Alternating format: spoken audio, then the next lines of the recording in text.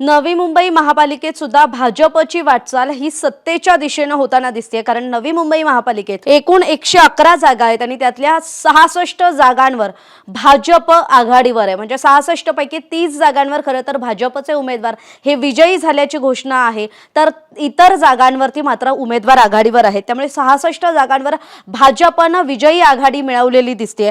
शिवसेना ही 28 जागांवर आघाडीवर आहे, तर उद्धव ठाकरेंची शिवसेना ही अवघ्या एका जागेवर, मनसेला 1 जागा आणि अपक्ष 1 जागा, म्हणजे हे असे 3 पक्ष फक्त 3 जागांवर आहेत। तर शिंदेची शिवसेना इथे 28 जागांनी आघाडीवर आहे, तर भाजपनं मात्र सिंगल हँडेड म्हणजे एक हाती सत्ता ही नवी मुंबई महापालिकेत भाजपला मिळणार असं दिसतंय। कारण भाजपचे जवळपास 66 उमेदवार हे विजयाच्या उंबरठ्यावर आहेत आणि 66 पैकी 30 उमेदवारांनी विजय मिळवलेला आहे। त्यामुळे नवी मुंबई महापालिका सुद्धा भाजपच्या ताब्यात गेलेली आहे। एकनाथ शिंदेची शिवसेना डॉक्टर श्रीकांत शिंदे विरुद्ध गणेश नाईक असा खरं तर हा सामना होता नवी मुंबई महापालिकेत।